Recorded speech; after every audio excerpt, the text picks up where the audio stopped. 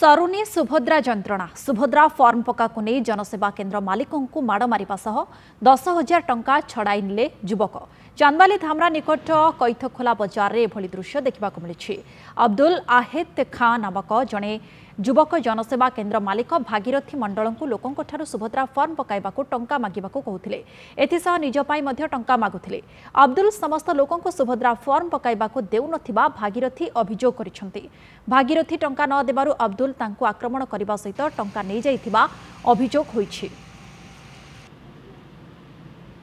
अब्दुल सब आसिक मत पैसा पत्र मागुंट सी चाहते बीजेडी कांग्रेस कहारी आप्लाय करने मना कर सुभद्रा योजना मु चाहिए मुझे जार ना कहि से आसिक मत मो ना कहले तुम आप्लाय कर कहार अलग लोक कहार आप्लाय करनी मो बीजेपी तरफ ही तुम खाली कम कर बारंबार मत धमकई एमती कि मो निज बैनर फैनर सब काढ़ी पकई बैनर लगे मना कर लोक ये कई जमी न आसू बीजेडी बीजेपी कई जमी न आसू कांग्रेस वाला खाली ओनली बीजेपी वाला कम हम जो मैंने अब्दुल ना कह से कम कराव सेमती मत बारंबार धमकई से दिन मत बारंबार आसिक मत पैसा मागुच जो मैंने आसर पैसा मागुच मत कहला पैसा तू किसी दे